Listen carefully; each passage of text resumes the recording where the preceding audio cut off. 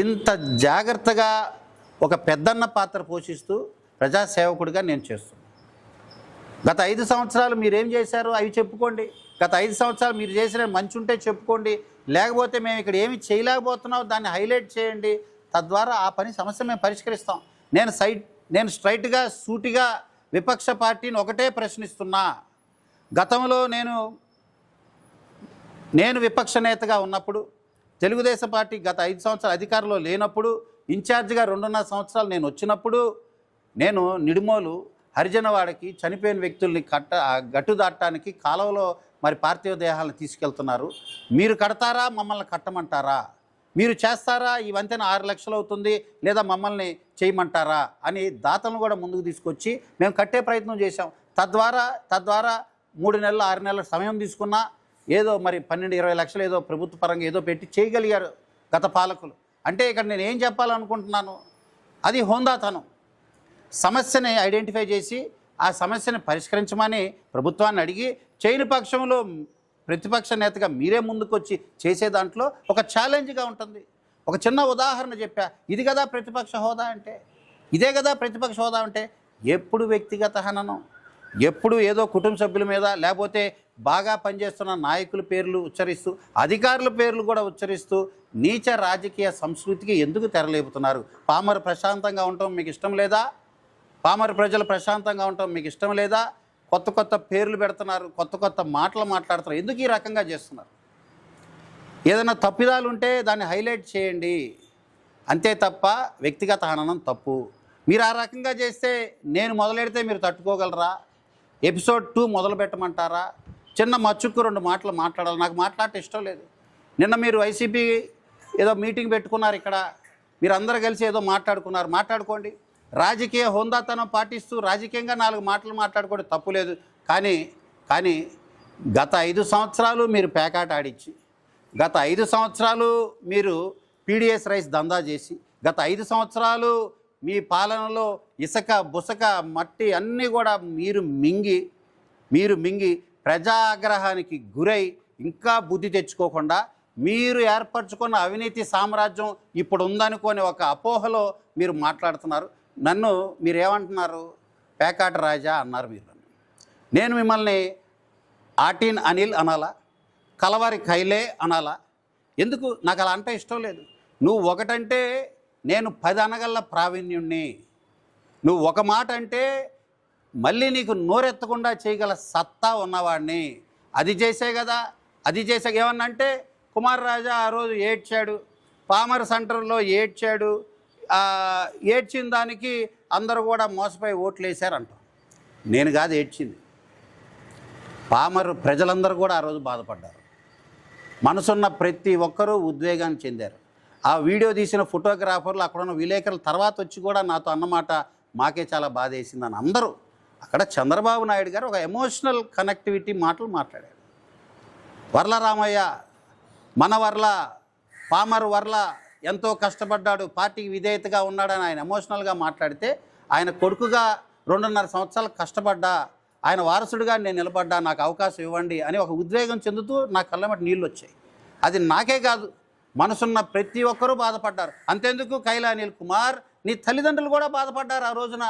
ఆ వీడియో చూసిన కలెక్టర్ ఆ రోజున స్పందించారు, అధికారులు స్పందించారు, అందరూ బాధపడ్డారు, అందరూ నాకు కన్వే చేశారు.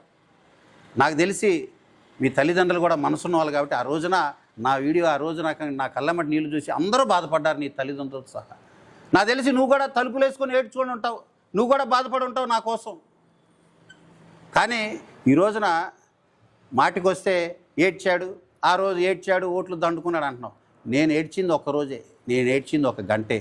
కానీ నువ్వు 2 సంవత్సరాలుగా ఏడుస్తూనే ఉన్నావు, 2 సంవత్సరాలుగా నువ్వు బాధపడుతూనే ఉన్నావు. ఈ 2 సంవత్సరాలుగా మరి ఎన్ని రోజులు బాత్రూమ్ తలుపులు వేసుకొని ఏడ్చావు, ఎన్ని రోజులు ఇంట్లో ఏడ్చావు, ఎన్ని రోజులు నీ కళ్ళమటి నీళ్ళు వచ్చినాయో అవి నేను లెక్క ఇట్లా కానీ చెప్తున్నా. అందుకే కదా నీ కడుపు మంట, నీ బాధ అదే కదా నువ్వు వ్యక్తం చేస్తున్నావు.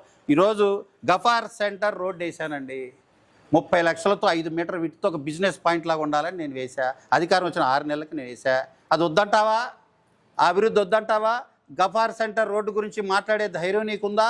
నువ్వు కూడా రోజు అటే వెళ్తున్నావు కదా, లోకల్ పబ్లిక్ నువ్వు వేయలేకపోయావు, నువ్వు ఏడవలేకపోయావు, కుమార్ రాజా వేసాడని రోజు నువ్వు అక్కడ అద్దం నుంచి మాట్లాడగలవా గఫార్ సెంటర్లో పబ్లిక్తో? రెండోది బస్ స్టాండ్ నువ్వు తెచ్చాను అంటున్నావు, నువ్వు కట్టాను అంటున్నావు. అది 1885లో ఎన్టీ రామారావు గారు నిర్మించిన బస్ స్టాండ్ అది. ఆ టైంకి నువ్వు పుట్టావో నువ్వు ఇంకా ఏంటో నాకు తెలియదు. మరి 1985 పుట్టే ఉంటావు. మరి తర్వాత దాన్ని మరమ్మతులు చేయాలా, దాన్ని అభివృద్ధి చేయాలా, దాన్ని లెవెలింగ్ హైట్ లేపాలా, దాన్ని ఆధునీకరణ చేయాలని నేను మేనిఫెస్టోలో 2024 ఎన్నికల మేనిఫెస్టోలో నా ఫస్ట్ పాయింట్ పామర్ బస్ స్టాండ్, దాన్ని స్మార్ట్ బస్ స్టాండ్గా దాన్ని ఆధునీకరణ చేస్తా, అభివృద్ధి చేస్తా అని నేను పెట్టా. తూచ్ కుమార్ రాజా నువ్వు ఎలా అలా అంటావు? నేను చేసేసా కానీ ఆ రోజు నువ్వు నా మేనిఫెస్టోలో నువ్వు పాయింట్ రేజ్ చేయలేదే. ఈరోజుకి నా మేనిఫెస్టోలో బస్ స్టాండ్ నేను చేస్తానన్నా చేసి చూపించా. 9 నెలల్లో అధికారం వచ్చిన సంవత్సరంలో రేపు ఇంకా దాన్ని సుందరీకరణ చేసి ప్రారంభం చేయబోతున్నావు. నువ్వు ఆ రోజున ఎమ్మెల్యేగా ఉన్న ఆ రోజు 2024 నువ్వే కదా ఎమ్మెల్యే, మార్చి వరకు నువ్వే కదా ఇక్కడ తగలబడ్డావు.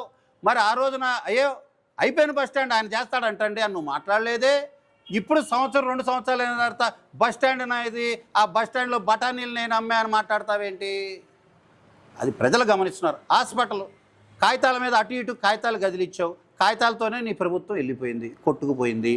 మరి ఈరోజు శంకుస్థాపన చేసింది నేనే, 6 కోట్ల వ్యయంతో హాస్పిటల్ శంకుస్థాపన చేసింది నేనే, రాబోయే 9 నెలల్లో దాన్ని ప్రారంభం చేయబోతుంది నేనే. బ్రహ్మాండంగా హాస్పిటల్ పనులు సహకరిస్తున్న జరుగుతుంది.